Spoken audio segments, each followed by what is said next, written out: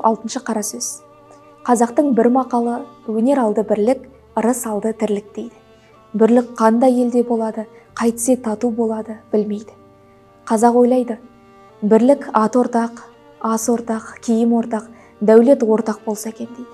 Олай болғанда байлықтан не пайда, кедейліктен не залал? Ағайын құрымай мал іздеп не керек? Жоқ, бірлік ақылға бірлік, малға бірлік емес. Малыңды беріп отырсаң, атасы басқа, діні басқа, күні басқалар да жалданып бірлік қылады. Бірлік малға сатылса, антұрғандықтың басы осы. Ағайын алмай бірлік қылса керек, сонда әркім несібесін Құдайдан тілейді. Әйтпесе Құдайдан тілемейді, шаруа іздемейді. Әуелі бірінен бірі бәле іздейді. Не түсін, не ажарын, не өкпесін бұлдап, ол болмаса бір бәле салып қорғалатып, әйтеуір бірін бірі алдаудың амалын іздеседі. Мұның қай жерінен бірлік шықты?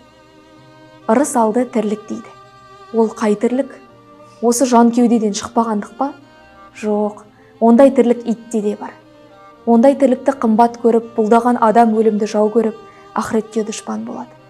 Жанын қорғалатып, жаудан қашып, қорқақ атанып, еңбек қылудан, қызмет қылудан қашып, еріншек атанып, ез атанып, дүниеде әлгі айтылған ырысқа дұшпан болады.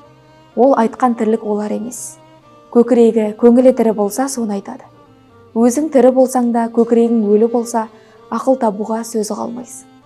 Адал еңбекпен ерінбей жүріп, мал табуға жігер қыла алмайсың. Кеселді жалқау қыл жақпас, әзір тамақ әзір ас. Сыртың пысық, ішің нас, артын ойлап ұялмас болып жүріп, тірімін деме, онан да Алла жіберген ақ бұйрықты өлімнің өзі артық.